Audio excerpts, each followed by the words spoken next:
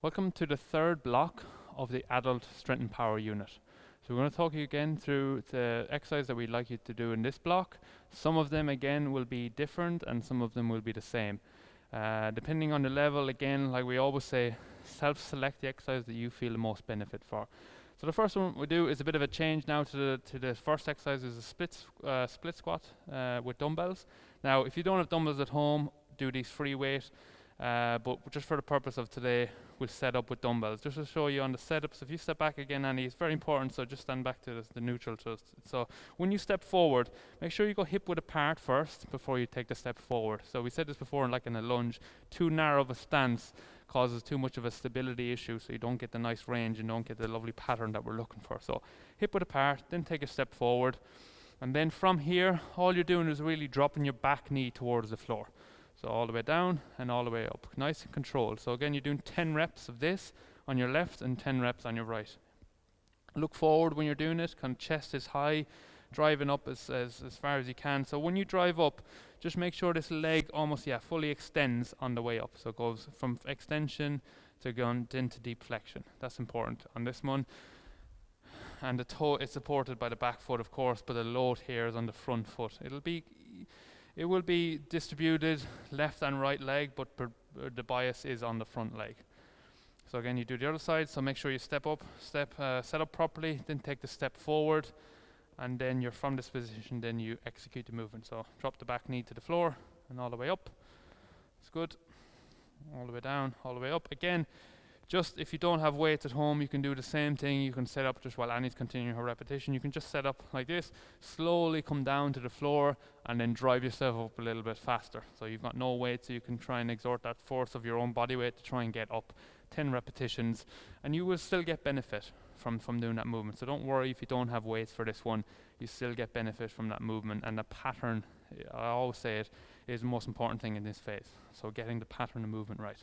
So like the last video that you saw, weeks 3 to 4, this is the 5th to 6th week. We're just going to go through the full set, and we would like you to do a second and a third set. Just rest about 2 minutes in between the sets before progressing on to the next one. And again, progress the exercise as you see fit. So that's the first one, and then you'll recognize the second one. So it's a single leg eccentric squat. So again, use a bench or a high box. We're going to try them both. So we try the high box. So Annie's very capable of doing it in a high box, and you could be at home. So you start on a single leg, and then you just drop yourself back towards the box, and you feel that box, then come all the way back up again. So a progression for you might be, I'm going to come up on one leg, because you might have been doing it 2 legs on the way up. Remember we said it's an eccentric squat. Again, just muscle lengthening is eccentric, is a fancy name for it. So you're just lowering yourself to the box, and then you can come up on 2 legs or on 1 leg. If you've been on 2 legs, try the 1 leg. If you've been on 1 leg and you find this very, very easy, progression here, Annie, is going onto a box.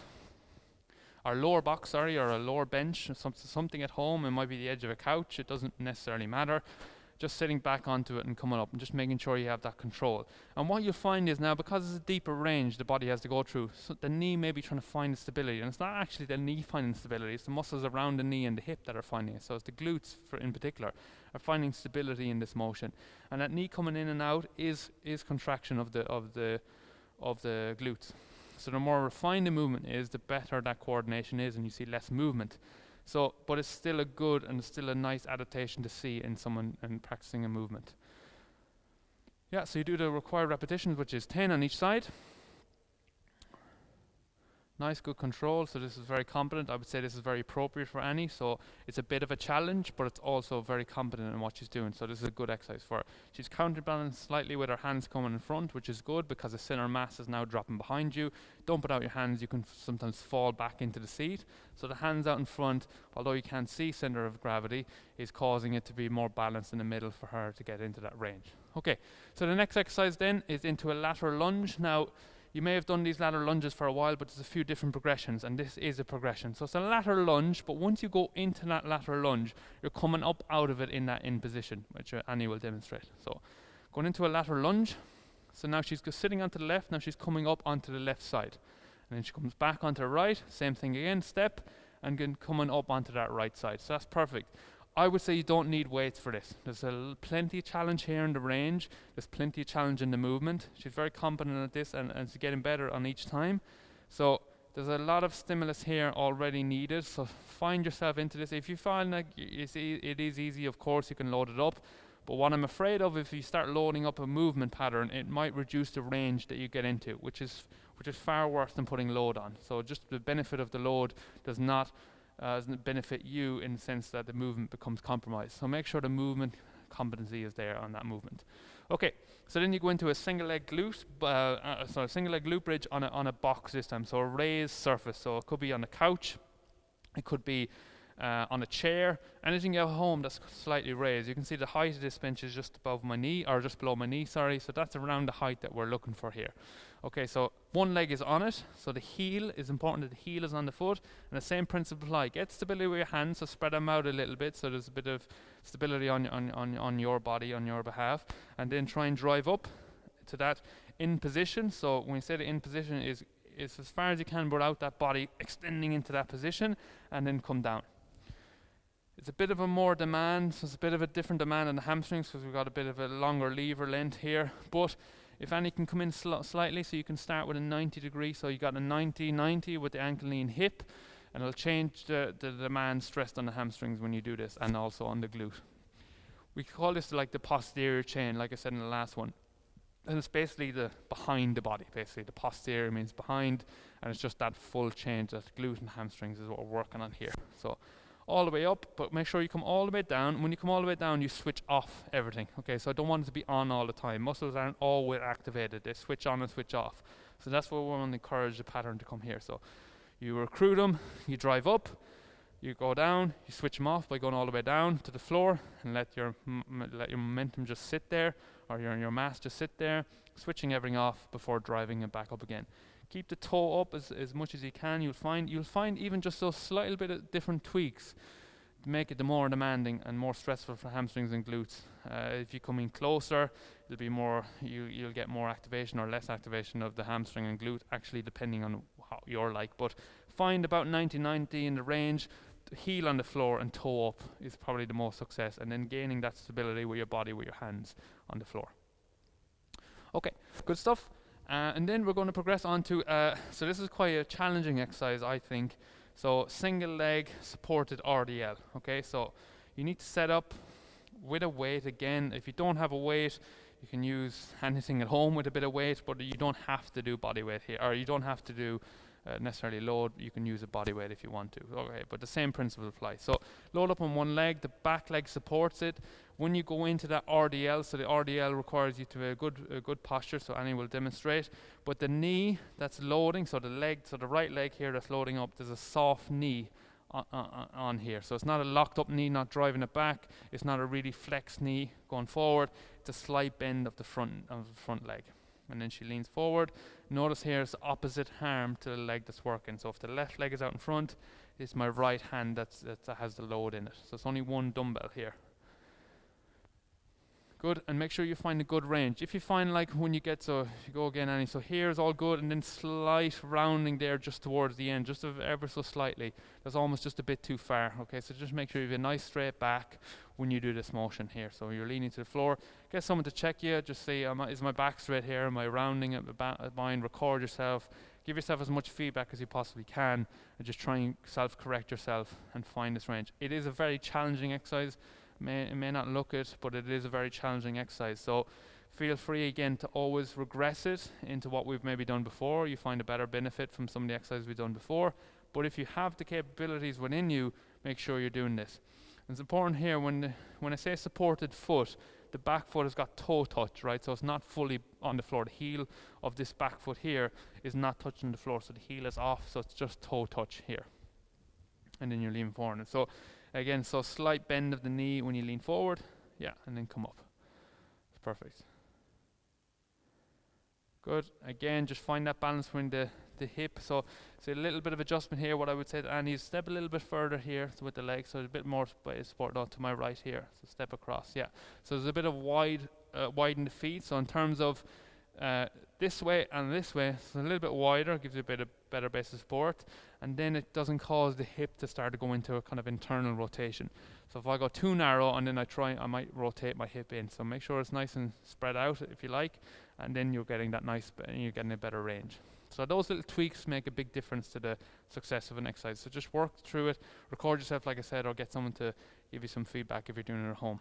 Okay, 2 to do. So these were the posterior chain exercises, so the back of the leg if you like, or the hamstring and glutes.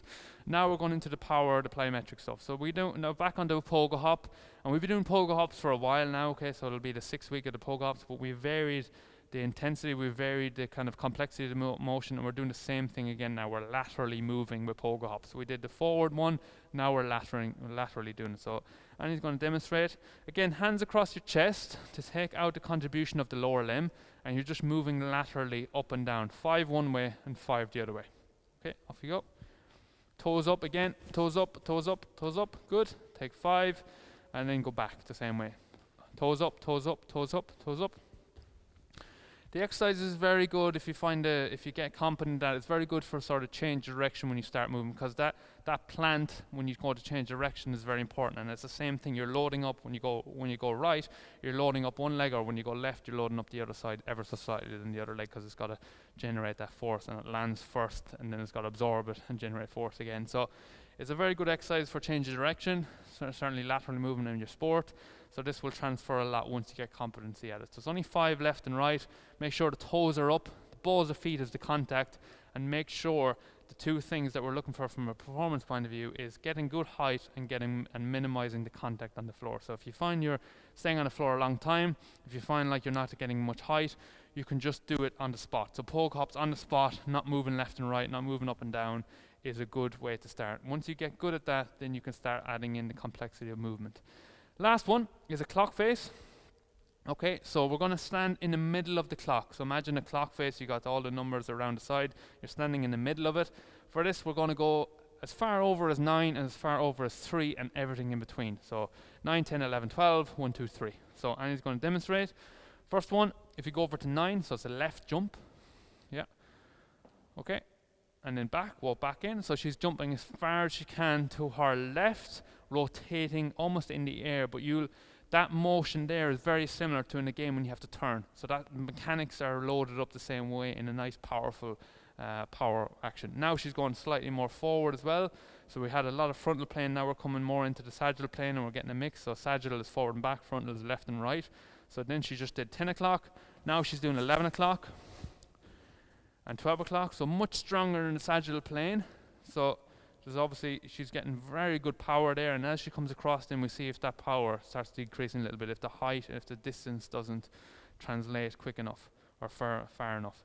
So again, coming now to 1 and now 2 o'clock, and the last one is 3 o'clock, so quite challenging. She's got to generate all this force to jump laterally. Good. And again, the landing mechanics here are very important, and that's all you're going to do. And then you finish the set then on that last one over to 3 o'clock, and you repeat the set again. So we want you to do the set twice and 3 times if you can, taking that rest in between. So important point here is you get the movement right, and the landing of that mechanics is there, okay? So I don't want you to land, I've said this before, land into those, dropping into those mechanics where it's really low and you have no control over your hip and your force is going into the movement. So when you land, you're landing in that nice quarter squat position, half squat position. So that's the 3rd block complete. Regress and progress the exercise as ever, where you see fit. If you feel an exercise is not hard enough for you, there's plenty of progressions there today. There's plenty of progressions in other exercises. If it's too hard for you, of course, regress it. The most important thing is the movement looks right and you feel the benefit of the exercise. So tune in again, and we'll talk you through the next phase. But I hope you're enjoying it, and stick with us. There's plenty more to come.